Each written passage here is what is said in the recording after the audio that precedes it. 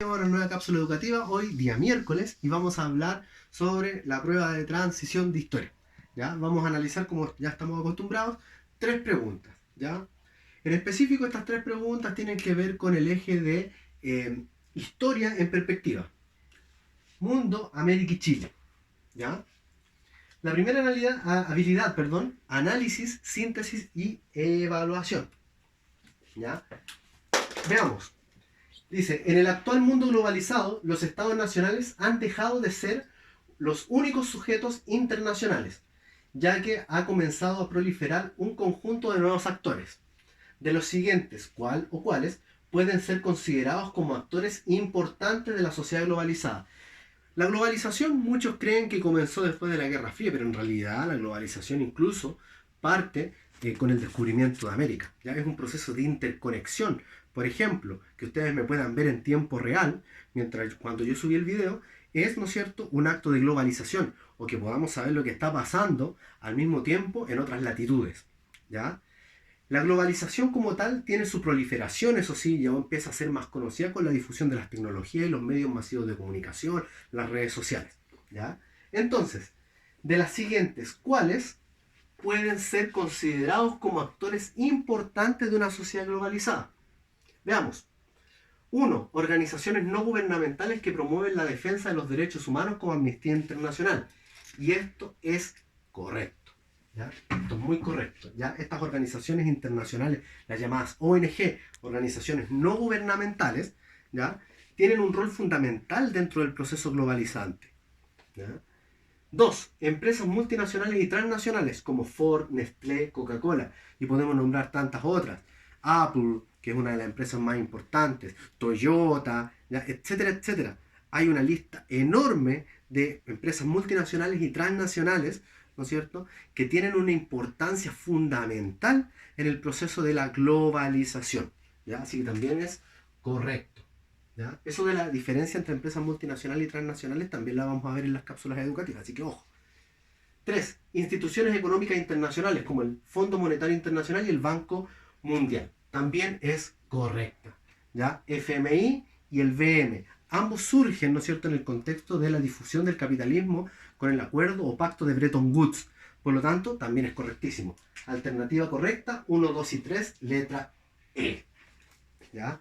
La habilidad análisis, síntesis y evaluación. Recuérdense que es importante ir descartando, como lo hemos hecho siempre. Si ya tenían la 1, podrían haber descartado esa, podrían haber descartado esa. Con las 2 correctas se descarta esa y finalmente sabemos que la alternativa correcta es la E. ¿Ya? Vamos con la siguiente pregunta. ¿Ya? El eje, como dije recién, se mantiene. Historia en perspectiva, mundo, América y Chile. Habilidad, análisis, síntesis, evaluación nuevamente. ¿Ya? Veamos aquí. Dice, durante el siglo XX, Chile fue influenciado en forma importante por los Estados Unidos. Bueno, no tan solo en el siglo XX. ¿Ya? Chile, hasta el día de hoy, sigue siendo dependiente de Estados Unidos. Por eso es que la crisis del 29, por ejemplo, nos afectó tanto. ¿Ya? El siglo XX, 1900 a 1999, APP. ¿Ya? ¿En qué aspectos se vio reflejada esta influencia de los Estados Unidos? 1. La llegada de misiones económicas. Correcto, correcto. Llegan dos misiones económicas en específico a nuestro país, una en 1924 y otra en 1955. La primera, la llamada misión Kemmerer, para solucionar o diagnosticar a la economía chilena en el contexto, ¿no es cierto?, del gobierno de Arturo Alessandri I. Y en 1955 la misión Klein-Sack, también para diagnosticar la alta inflación que tenía nuestra economía durante el gobierno de Ibáñez. ¿Ya? Así que también las misiones económicas es parte de la dependencia que tenemos de Estados Unidos, así que la 1 es correcta.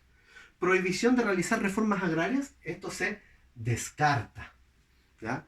¿Por qué se descarta? Porque Estados Unidos de cierta forma promovió las políticas de reformas agrarias, ¿ya? A través de la Alianza para el Progreso, desde más o menos el año 1961. Y en Chile se aplica la primera reforma agraria durante el gobierno de Jorge Alessandri, la llamada reforma del macetero. Por lo tanto, la 2 se descarta. Si vamos descartando, ¿ya? Nos queda la alternativa 1, se nos va la B, se nos va la C. ¿ya? Y nos quedan la D y la E. Vamos con la 3. Creación de leyes anticomunistas. Y esto es correcto. Eso es correcto. ¿Ya? ¿Por qué es correcto? Porque las leyes anticomunistas, o llamadas leyes malditas, aparecen, ¿no es cierto?, por ahí, por los años 40, la década de los 40. ¿Ya? Y la creación de asociaciones como, por ejemplo, la ACHA, Asociación Chilena Anticomunista. Estas leyes anticomunistas son conocidas como leyes malditas o leyes de defensa permanente de la democracia, que se aplicó en Chile, en nuestro país, por ejemplo, durante el gobierno de Gabriel González Videla. ¿Ya? Por lo tanto, la 1 y la 3 nos quedan como correctas, por lo tanto, ahí nos queda la alternativa D.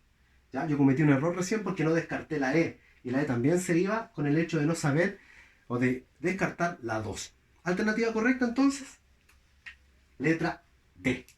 ¿Ya? Recuerden, si hay dudas, consultas, ahí en los comentarios me las van comentando. Última pregunta. Del mismo eje, la habilidad de aplicación. Ahí vemos esa imagen.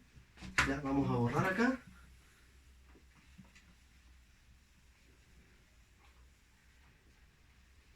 Dice, escudo del movimiento Países No Alineados.